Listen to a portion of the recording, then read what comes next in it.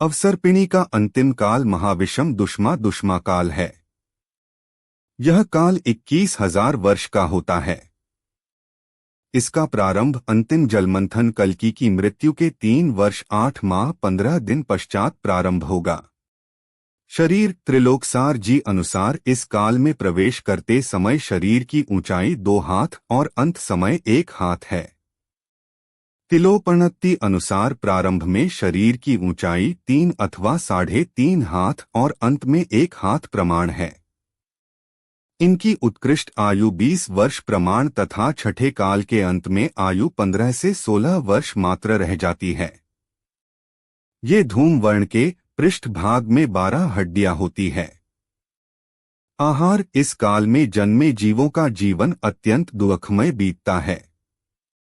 इस काल में अग्नि न होने के कारण जीवों को कच्चा भोजन ही करना पड़ता है।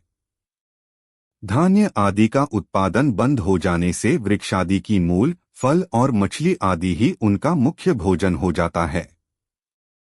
इस काल के सभी जीव मांसाहारी होते हैं।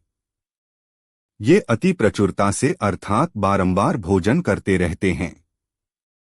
निवास इस समय ये मनुष्य वस्त्रों से रहित नग्न और भवनों से रहित होकर वनों में घूमते रहते हैं। शारीरिक दुहक मनुष्य प्राय पशुओं जैसा आचरण करने वाले, क्रूर, बहरे, अंधे, काने, गूंगे, नंगे, दारिद्र्य एवं क्रोध से परिपूर्ण, दीन, काले, बंदर जैसे रूप वाले, कुबड़े बौने शरीर वाले, नाना प्रकार के रोगों से ग्रसित, अतिशय युक्त स्वभाव से पापिष्ट, परिवार आदि से विहीन होते हैं। दुर्गंधयुक्त शरीर एवं केशों से संयुक्त, जूं तथा लीख आदि से आच्छन्न होते हैं। आगमन निर्गमन पाप के फल से ऐसे काल में जन्म होता है और यहाँ रहकर भी निरंतर पाप करने से पुनः अधोगति की प्राप्ति होती है। इस काल में नरक और तिर्यंचक्ति से आए हुए जीव ही यहाँ जन्म लेते हैं तथा यहाँ से मरकर नरक व तिर्यंचक्ति में जन्म लेते हैं। हानि दिन प्रतिदिन इन जीवों की ऊंचाई, आयु और वीर्यहीन होती जाती हैं। तिलोपनत्ति 4.1.4.5.6.1.5.6.3 कल्पांत काल प्रलयकाल।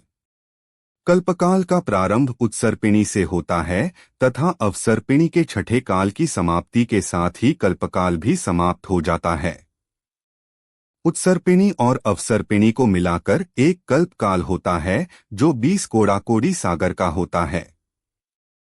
कल्पकाल समाप्त होने में जब 49 दिन शेष बचते हैं तब यहाँ के सर्व प्राणियों में भयोत्पादक प्रलय काल प्रारंभ होता है। उस समय महागंभीर एवं भीषण संवर्तक वायु चलती है जो 7 दिन तक वृक्षों एवं पर्वतों को चूर्ण कर देती है।